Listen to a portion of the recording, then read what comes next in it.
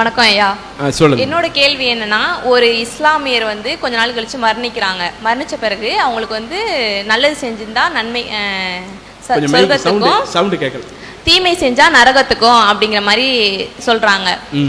அதுவே நல்லதும் செஞ்சு தீமையும் செஞ்சிருக்காங்க அப்படின்னா தீமைக்குள்ள தண்டனை நரகத்தில் கொஞ்ச நாள் இருந்துட்டோம், அல்லாஹ் நாடினால் சொர்க்கத்துக்கும் அனுப்புறாங்க. இதே ஒரு காஃபிரா இருந்து மரணிக்கிறாங்க அப்படின்னா அவங்களோட நிலைப்பாடு என்னவா இருக்கும்? அதான் என்னோட கேள்வி. நன்றி. சகோதரி என்ன கேட்குறாங்கன்னா, இஸ்லாத்தினுடைய அடிப்படை நம்பிக்கையில மறுமை நம்பிக்கை அது ஒன்று. அந்த மறுமை நம்பிக்கையில யார் ஒருவர் இந்த உலகத்தில் எப்படி நடக்கிறாங்களோ அதற்கேற்ப அங்கே நடத்தப்படுவாங்க. நிறைய நன்மைகள் செஞ்சால் அந்த நன்மைகளோடு சுருக்கம் போகிறதுக்கு அது ஒரு காரணமாக இருக்கும். நிறைய பாவங்களை செஞ்சால் அந்த பாவத்தோடு அவங்க நரகத்தில் தண்டனை அனுபவிப்பதற்கு ஒரு காரணமாக இருக்கும். இன்னும் இறைவன் நாடினால் சில தவறுகளை மன்னிச்சு கூட சில ஆட்களை விட்டு அனுப்புகிறான். இப்படியெல்லாம் ஒரு பொதுவான நம்பிக்கைகள் சொல்லப்படுகிற பொழுது இன்றைக்கு முஸ்லீம் அல்லாத நபர்களுடைய நிலைகளை பற்றி இஸ்லாம் என்ன சொல்லுது அப்படின்னு கேட்குறாங்க. இதில் நீங்கள் இஸ்லாத்தின் அடிப்படையில் எடுத்து பார்த்தீங்கன்னா, இஸ்லாம் எங்கேயுமே முஸ்லிம் அல்லாதவர் என்கிற ஒரு வேறுபாட்டை எங்களுக்கு சொல்லவில்லை. இப்படி முஸ்லிமுக்கு இந்த நிலை, முஸ்லிம் அல்லாதவர்களுக்கு இந்த நிலை, இப்படி வேறுபடுத்தினால்தான் அது சட்டம் ஒரு சரியில்லாத சட்டம் என்று புரிய முடியும். இஸ்லாத்தினுடைய கான்செப்ட் என்னன்னு பார்த்தால், சம்பந்தப்படக்கூடிய நபர்களைத்தான் இஸ்லாம் கவனிக்கிறதை ஒழிய சம்பந்தப்படக்கூடிய நபர் அவர் எந்த கொள்கையில் இருக்கிறாரு, எப்படிப்பட்ட ஒரு நிலையில் இருக்கிறாரு என்பதை இறைவன் பார்க்க மாட்டான். இப்ப இதுல இஸ்லாத்தின் அடிப்படையில் மறுமை நாளில் ஒருவர் சொர்க்கத்தை கூலியாக பெற வேண்டும் என்று சொன்னால், இஸ்லாத்தினுடைய பார்வையில மறுமை நாளில் சொர்க்கத்தில் ஒரு ஆள் அந்த சொர்க்கத்தை கூலியா பெறணும்னா அதுக்கு இறைவன் என்ன எதிர்பார்க்கிறான்னா, இந்த உலகத்தில் ஏக இறைவனை ஏற்றுக்கொண்டு ஏக இறைவனை வணங்கிய நபர்களாக இருக்கணும் அப்படின்னு இறைவன் சொல்றான். அது என்ன ஏக இறைவன்? அதைத்தான் இன்னைக்கு தமிழ்ல சொல்றதா இருந்தா அல்லாஹு, இலாஹுன் அப்படின்னா அரபியில பொதுவா கடவுள்னு அர்த்தம். இலாஹுன்னு சொன்னா அரபியில என்ன அர்த்தம்? ஏ காட், ஏ லார்ட், கடவுள்னு அர்த்தம். அதுல அல்லு சேர்த்துட்டாங்கன்னு வைங்க, தே காட் தே லார்டுன்னு வரும். அந்த ஏ தே அந்த வித்தியாசம் இருக்குது. அந்த இறைவன், அந்த ஒரு குறிப்பிட்ட ஒரு இறைவனை பர்டிகுலராக மென்ஷன் பண்ணி சொல்லக்கூடிய ஒரு வார்த்தை. அப்ப அதுல அல்லாஹ்ங்கிறது அது ஏதோ கடவுளுக்குள்ள ஒரு பேருன்னு நினைக்காதீங்க. இலாகுனா பொதுவா ஏதோ ஒரு கடவுள், அதுல அல்லாஹ்னா நம்ம எல்லாத்தையும் படைத்த ஏக இறைவன் இருக்கிறானே, அந்த ஏக இறைவன் அவன் தான் நம்மை படைத்த இறைவன். இதைத்தான் முஸ்லிம்கள் அல்லாஹ் அல்லாஹ்னு சொல்றோம். இதுல இறைவன் மறுமையில ஒரு ஆளை சொர்க்கத்திற்கு கொண்டு சேர்க்கணும்னு சொன்னா அவர் இந்த உலகத்துல முஸ்லிமா கூட இருக்கலாம், அல்லது முஸ்லிம் அல்லாத வேற ஒரு மதத்தில் இருக்குன்னு சொல்லிக்கிடலாம். இப்படி எதுவா இருந்தாலும் ஏக இறைவனை ஏற்றுக்கொண்டு அந்த இறைவன் சொன்ன அடிப்படையில் நடக்கக்கூடிய நபராக இருந்தால் இறைவன் அவர்களுக்கு சொர்க்கத்தை கொடுப்பான். முஸ்லிமாக இருந்துவிட்டு ஏக இறைவனை ஒரு ஆள் முறையாக ஏற்றுக்கொள்ளவில்லையா, அவர்களும் மறுமையில சொர்க்கத்திற்கு வர இயலாது. இது பொதுவான கான்செப்ட். இதுல நீங்க ஈஸியா புரிஞ்சுக்கிறதா இருந்தா, இன்னைக்கு முஸ்லிம்கள்ல தர்காவை கட்டி வச்சு தர்காவில் போய் கையேந்தக்கூடிய நபர்கள் இருக்கிறாங்க. நீங்களும் பல நேரங்களில் பார்த்துருப்பீங்க. ஆனா இஸ்லாத்துல தர்காக்கு ஏதாவது சொல்லப்பட்டிருக்குதா? ஒரு ஆள் இறந்து போயிட்டா அந்த இறந்தவருடைய அடக்கத்தலம் அது ஒரு புனிதமான ஒரு இடம். நீங்க அங்க போய் இறந்தவரிடத்துல போய் கையேந்துங்க. நீங்க இறந்தவங்கள்ட்ட போய் கையேந்தி பிரார்த்தனை செஞ்சீங்கன்னா நீங்க கேட்கக்கூடிய பிரார்த்தனை இறந்தவங்க தந்துடுவாங்க என்று இப்படி ஏதாவது இஸ்லாத்துல சொல்லப்பட்டிருக்குதானா? இஸ்லாத்துல சொல்லப்படல. இஸ்லாத்துல எங்களுக்கு சொல்லப்பட்டது என்ன? எந்த ஒரு நபர் வாழ்ந்தாலும் வாழ்ந்தவர் மரணிக்கிறாரா, மரணித்தவர் ஒண்ணு நல்லவராயிருப்பாரு, நல்லவராயிருந்தால் அவர் அடுத்த கட்ட வாழ்க்கையில நிம்மதியா தூங்கிக்கிட்டு இருப்பாரு. மரணித்தவர் கெட்டவராயிருந்தா அவர் அந்த வாழ்க்கையில இறைவனுடைய வேதனைக்கு அவர் ஆளாகிக்கிட்டு இருப்பாரு என்றுதான் இஸ்லாம் சொல்லுகிறது. ஒருவேளை உண்மையிலேயே நல்லவரா ஒரு ஆள் இருந்தாலும் அவங்க இறந்த பிறகு அவங்க அடக்கத்தலத்துல போய் நீங்க போய் கையேந்துறது, அங்க போய் தொழுவுறது, அங்க போய் சிறப்பான வணக்கங்களை செய்யறது, இப்படி இஸ்லாம் எங்களுக்கு எதையுமே சொல்லல.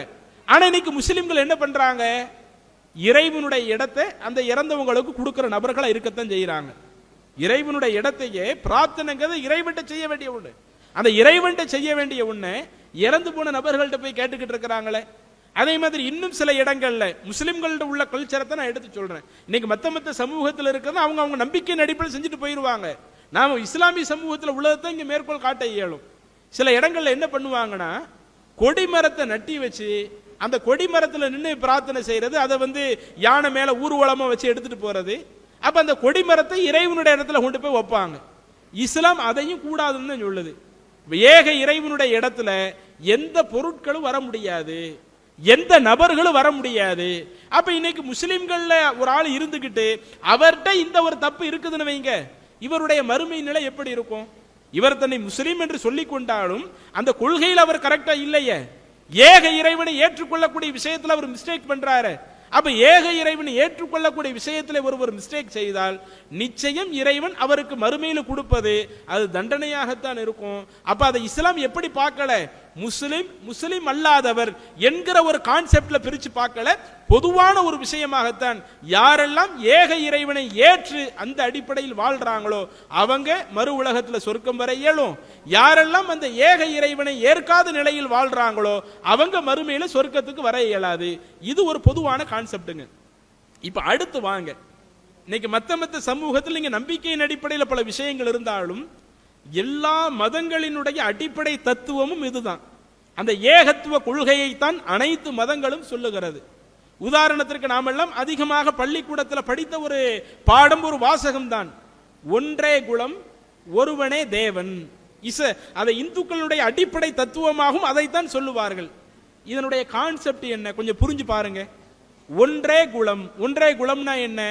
இன்னைக்கு உலகம் முழுக்க ஒவ்வொரு மக்கள் தங்களை தனித்தனியாக வகைப்படுத்தி வச்சிருக்கலாம். நாங்கள்லாம் இந்தியர்கள், நாங்களெல்லாம் அமெரிக்கர்கள், நாங்களெல்லாம் இங்கிலாந்தியர்கள், நீங்க இப்படி வகைப்படுத்தலாம். அல்லது முஸ்லிம்கள், இந்துக்கள், இப்படி எப்படி நீங்க வகைப்படுத்திக் கொள்ளலாம். ஆனா நம்ம எல்லாருமே எங்க இருந்து தான் வந்தோம்?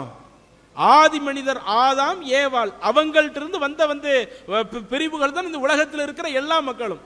அப்ப நம்ம அனைவருடைய குலம் அது ஒன்றுதான். அதே மாதிரி அடுத்து சொல்லுவார்கள், ஒருவனே தேவன். ஒருவனே தேவன் என்ன அர்த்தம்?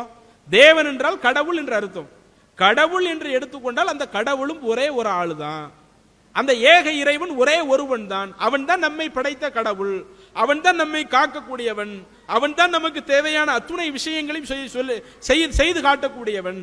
அப்ப இன்றைக்கு இந்து மதத்தினுடைய அடிப்படை தத்துவமும் அந்த ஒன்றே குலம் ஒருவனே தேவன், தேவன்கிறது ஒன்னாத்தான் இருக்க முடியும் என்பதை விளக்கக்கூடிய விதத்தில் இருக்குதுங்க. சரி, கிறிஸ்துவ மதத்தினுடைய அடிப்படை கொள்கை என்ன? அதை நீங்க பைபிள்ல எடுத்து பாருங்க.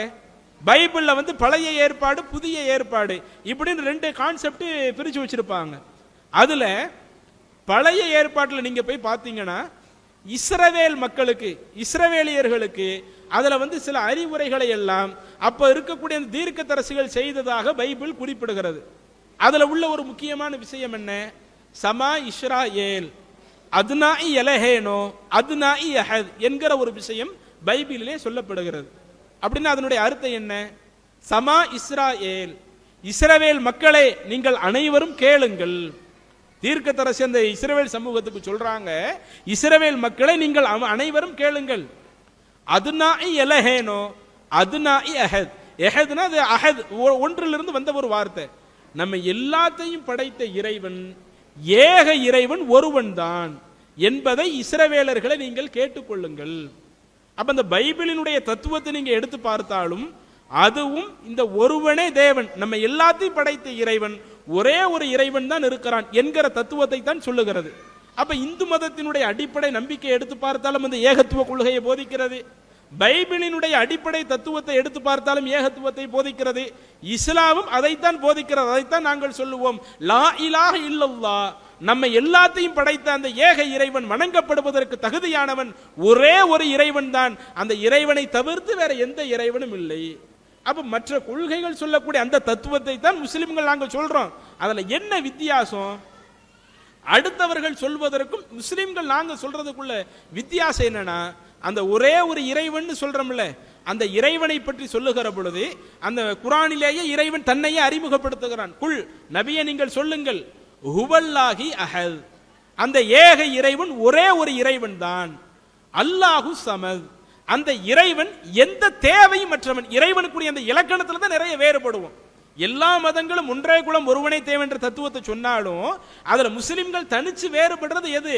அந்த இறைவனுடைய இலக்கணத்துல எந்த ஒரு காம்ப்ரமைஸும் இருக்கக்கூடாது. அதுல இஸ்லாமிய மார்க்கம் ஆணித்தரமா சொல்லுது. எப்படி சொல்லுது? அல்லாஹு சமத், அந்த ஏக இறைவன் எந்த தேவையும் மற்றவன். மனிதர்கள் நமக்கு தேவை இருக்கலாம், நமக்கு பொருளாதாரம் தேவை இருக்கலாம், நமக்கு உறைவிடம் தேவை இருக்கலாம், நமக்கு உணவு தேவை இருக்கலாம், நமக்கு அடுத்தவங்க வந்து உதவி செய்யறது தேவை இருக்கலாம். மனிதர்கள் என்பது ஏன்னா நம்மள பலகீனமான ஆட்கள், பலகீனமான ஆட்களுக்கு நமக்கு தேவைகள் இருக்கும், அந்த தேவையை அடுத்தவங்க நிறைவு செஞ்சு கொடுக்கலாம். ஆனா ஏக இறைவன் அவன் அனைத்தையும் செய்வதற்கு ஆற்றல் படைத்தவன். அப்ப அனைத்தையும் செய்ய ஆற்றல் படைத்தவனுக்கு அவனுக்கு ஏன் தேவை? அதனால தான் இறைவன் தன்னை பத்தி சொல்லும் பொழுது அல்லாஹு சமத், அந்த இறைவன் எந்த தேவையும் மற்றவன். லம் யலித் வலம் யூலத், அந்த இறைவனை பெற்றெடுத்த பெற்றோர்கள் யாரும் கிடையாது, அந்த இறைவனுக்கு பிள்ளைகள் கிடையாது. இது இஸ்லாத்தினுடைய கான்செப்ட்ல மிக முக்கியமான கான்செப்ட். ஒன்றே குலம் ஒருவனே தேவைன்ற கான்செப்ட்ல இருந்து அடுத்தவங்க விலகி வர்றதுக்கு என்ன காரணமா இருந்துச்சுன்னா, கடவுளுடைய பெற்றோர்கள், கடவுளை பெற்றவங்க சாதாரண ஆளா இருக்க முடியுமா? அவங்கள கடவுளாக நாம எடுத்துக்கிட்டோம். கடவுளுக்கு பிறந்த பிள்ளைங்க, கடவுளுடைய பிள்ளை சாதாரண மனுஷ பிள்ளையாக இருக்க இயலுமா? அதுவும் ஒரு கடவுள். அப்ப கடவுளுடைய எண்ணிக்கை அதிகரிப்பதற்கு கடவுளுக்கு பெற்றோர் இருக்கிறாங்க, கடவுளுக்கு பிள்ளை இருக்கிறாங்க, கடவுளுக்கு மனைவி இருக்கிறாங்க என்கிற ஒரு கான்செப்டை ஒருவர் ஏற்றுக்கொள்கிற பொழுது அந்த ஏகத்துவ கொள்கையிலிருந்து, ஒரே ஒரு கடவுள் என்ற கொள்கையிலிருந்து அதிலிருந்து அப்படியே கொஞ்சம் மாறி வருவதற்கு அது ஒரு வாய்ப்பா போகுது. இஸ்லாம் அதை இறுக சாத்தி விடுகிறது. அந்த இறைவனுக்கு எந்த பிள்ளைகளும் கிடையாது, அந்த இறைவனுக்கு மனைவி கிடையாது, அந்த இறைவனுக்கு பெற்றோர்கள் கிடையாது. வலம் யகுல்லஹு குஃபுவன் அஹத், இன்னும் அந்த இறைவனுக்கு இணையாக சமமாக யாரும் வர முடியாது.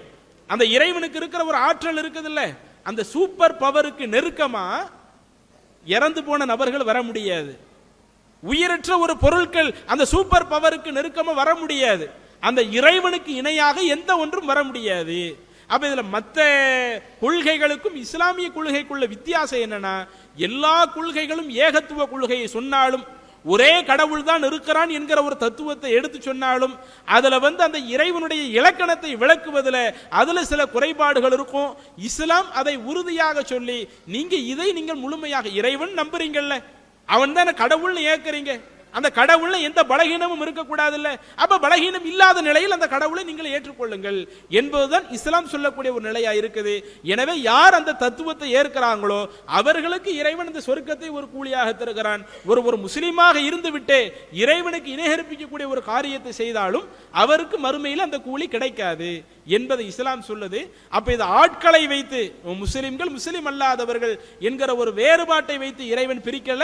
நாம ஏற்றிருக்கிற கொள்கையின் அடிப்படையில் யார் அந்த ஏகத்துவ கொள்கையில கடைசி வரை உறுதியாக வாழ்ந்து மரணிக்கிறாங்களோ அவர்களுக்கு இறைவன் அந்த ஒரு சிறப்பை தருகிறான். இறுதியாக இதுல சில காட்டுவாசிகள்னா என்ன, அவங்களுக்கும் மனிதர்கள் மற்ற ஏரியாக்கள்ல உள்ள நபர்களோடு ஒரு தொடர்பே இல்லாத அளவிற்கு முழுக்க முழுக்க காட்டிற்குள்ளே இருக்கிற சில நபர்கள் இருக்கத்தான் செய்கிறார்கள். அதுல இடையில சமீபத்தில் கூட சில செய்திகள்லாம் நம்ம கேள்விப்பட்டோம். 2 வருஷத்துக்கு முன்னாடிலாம் சில செய்திகளை கேள்விப்பட்டோம். அந்த ஒரு குறிப்பிட்ட ஒரு காடு, அடர்ந்த ஃபாரஸ்ட், திக் ஃபாரஸ்ட்ல சில சமூக மக்கள் வாழ்றாங்க.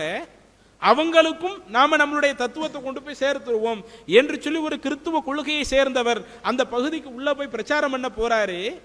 ஆனா அந்த மக்கள் என்ன, மற்றவர்களோடு அந்த பழகி வாழாத ஒரு தன்மை வர்றது இல்லாததுனால அங்க பிரச்சாரம் செய்ய வந்தவரையே என்ன செய்து விட்டார்கள், அந்த மக்கள் கொலை செய்து விட்டார்கள். அது அப்படியே பரபரப்பா ஆச்சு.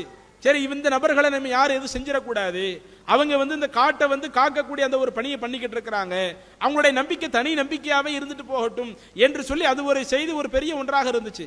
இஸ்லாம் இதுல என்ன பார்க்கனா, எந்த மனிதர்களுடைய கருத்தும் போகாத ஒரு இடமா இருந்தாலும் இறைவன் நமக்கு தந்திருக்கிற அந்த பகுத்தறிவை கொண்டு, நம்மை படைத்த இறைவன் ஏக இறைவன் தான். அவங்களுக்கு இஸ்லாம்னா என்ன, குரான்னா என்ன, முகமது நபினா யாரு, அந்த சட்டமெல்லாம் அவங்களுக்கு தெரியாது. ஆனால் இறைவன் அவர்களுக்கு கொடுத்திருக்கிற அந்த அறிவை வைத்து ஏக இறைவன் ஒருவன் இருக்கிறான். இந்த உலகத்தானா உருவாயிருக்க இயலாது. அந்த ஒரு இறைவன் அவன் தான் நமக்கு தேவையான அத்துணையுமே தருகிறான். அந்த இறைவனுக்கு இணை இல்லை, துணை இல்லை என்கிற ஒரு கான்செப்டை அவர்கள் ஏற்றாலும் அவங்களுக்கு மற்ற மதத்தை பத்தி எந்த கருத்தும் போகல, இந்து மதத்தை பத்தி போகல, கிறிஸ்துவ மதத்தை பத்தி போகல, இஸ்லாத்தை பத்தி எந்த ஒரு கருத்தும் போகல.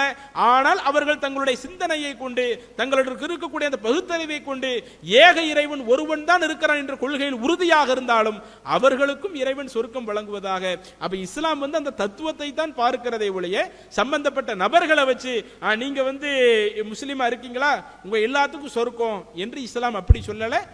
முஸ்லீமா இருந்தாலும் நீங்க இறைவன் சொன்ன அடிப்படையில் நடக்கிறீங்களா, ஏகத்துவ கொள்கையில உறுதியா இருக்கிறீங்களா? யார் அந்த ஏகத்துவ கொள்கையில உறுதியா இருக்கிறாங்களோ அவர்களுக்கு சொர்க்கம் வழங்குவதாக இறைவன் என்ன செய்கிறான், சொல்லுகிறான். அப்ப அது மதத்தின் அடிப்படையில் பிரிக்கப்பட்ட ஒன்று அல்ல, நாம் ஏற்கக்கூடிய நம்பிக்கையின் அடிப்படையில் பிரிக்கப்பட்ட ஒன்றாக அது இருக்குது. அடுத்த கேள்வி. அல்லாஹு அக்பர், அல்லாஹு